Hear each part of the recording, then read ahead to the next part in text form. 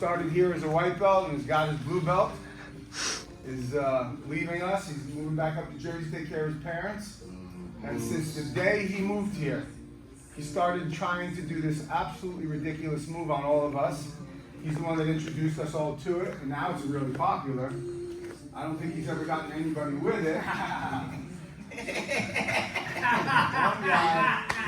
You gotta make over.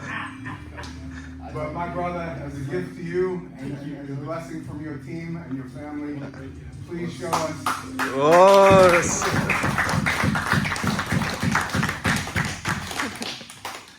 Did you give him a list of dojos up there? Did you give him a list of dojos up there?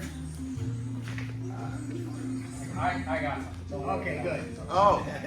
So this is from bottom side control. It's called a buggy choke. So Santi's going to get me in bottom side control. Now there's two variations of this choke, and sometimes it'll work, but you mainly use it as a distraction to get out of this position. My first step is I want to get on my bottom side hip and face Santi. So using the same method Coach just showed us, I'm going to bump my hips and get on my side. Now instead of recovering my knee, I'm going to shoot my arm past Santi's head and lift my leg up here. So my knee and my elbow touch each other. I'm then going to wrap my elbow underneath my knee pit. Is everybody good? This is an awkward position. You following? Yes. So I want to push on Santi's hip to create a little bit of an angle. If you're having trouble getting this all the way down, reach up and pull it. Relock. Now you're going to figure four your legs. Gable grip your hands. Now you kind of want to flex your lat as you squeeze in. Show one more time from the start. Santi's going to get me in bottom side. I'm completely flat. This position sucks. So using what Coach just told us, frame, push. We're not going to recollect our knee. We're going to shoot our arm past and have it meet our knee. You want to kind of kick him in the back of the head and wrap. If you have trouble, grab your ankle with your other hand and pull it down. I like to gable grip before I lock anything up, just to keep my man here, because I don't want him to move. I'm then going to figure four my legs. Slowly squeeze and flex my lat. Was...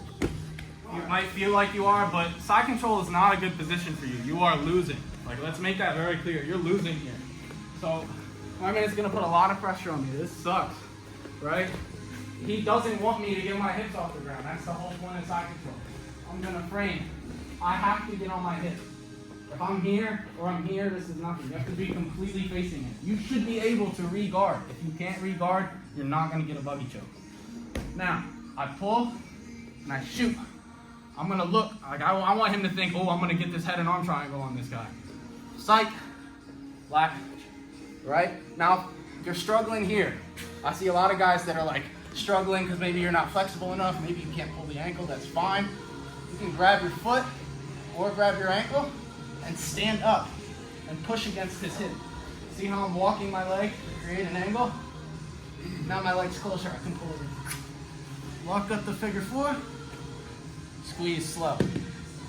You're either gonna get out or submit him, but either way you're not in side control. Alright? Walk him through doing it to you, because I think he has the body for it, but he doesn't have the angle. So go ahead and get down. Matter of fact, yeah, you walk him through doing it to somebody else. Get down.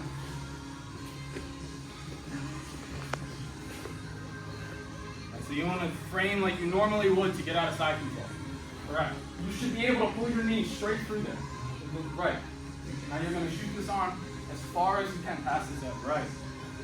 Now, you're trying to drive your knee to the back of his head. Right. Now, can you guys see how Sammy's maybe a little bit on his hips? And he's struggling to get it. So what he wants to do is either latch onto your foot with this hand here, or hold it like that, push against his hip. Push that way. Right. And now shoot this leg out. Right. Now reach up and gable grip your hands. Is that as far as you can get? Right here. And if you grab your ankle, can you pull your ankle to you?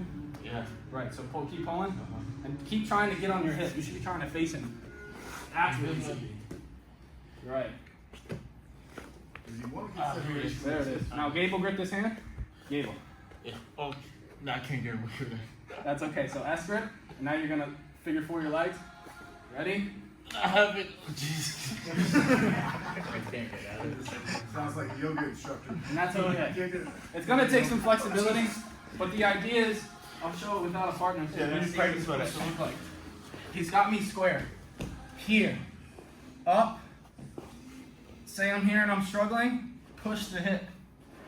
Push his hip and create an angle. Now this is closer to me. It's not that difficult to get anymore.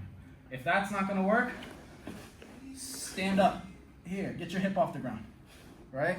Because watch, I'm here, I'm struggling. Hips off the ground, this is close to me now. Here, fall into it. Gable first to control. Figure 4. And it's a slow squeeze. Don't waste too much energy, because if you waste your energy and you let go, you're still in side control. So keep that in mind. Slow squeeze, and then you tap or go to sleep. But if you guys are struggling, there's another variation I'll show you.